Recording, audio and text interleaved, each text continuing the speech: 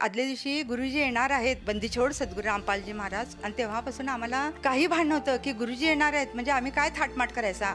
पुजारी आला चिठ्ठी घेऊन की माझ्या स्वप्नात 3 वाजता असं असं देवी आली आणि ती कोण विजयलक्ष्मी आहे, तिच्या दारात जायचं, तिचा पत्ता हा घे आणि तिच्या घरी एवढी केळी, एवढी फुलं, ते एवढी मोठी परात भरून घरी देऊन गेला. मग परत आणखीन एकदा कोणीतरी आला आणि 2-2.5 लिटर केशरी बुंद गाईचं दूध देऊन गेला. आणि दरम्यान एक माणूस आला आणि तो म्हणाला, हे 5 मीटर कापड तुमच्यासाठी दिलं. आपण एक पायाखाली काय ठेवायचा विचार केला नव्हता, हे पांढरं कापड ठेवूया. तर पांढरं कापड जेव्हा आम्ही आमच्या दारातून अंथरून खाली गेलो तर पार ते 3 मजले खाली आणि गुरुजींची कुठं ते गाडी तिथपर्यंत ते त्यांचं पाऊल खाली पडेल इथपर्यंत ते बिछलं गेलं. गुरुजी आले पण आम्हाला कळलंच नाही. ते खोलीच एवढी मोठी झाली की त्यात जवळजवळ 75 भक्त आणि अवतीभोवतीलचे 25 भरले गेले आणि जागा आपोआप मोठी झाली.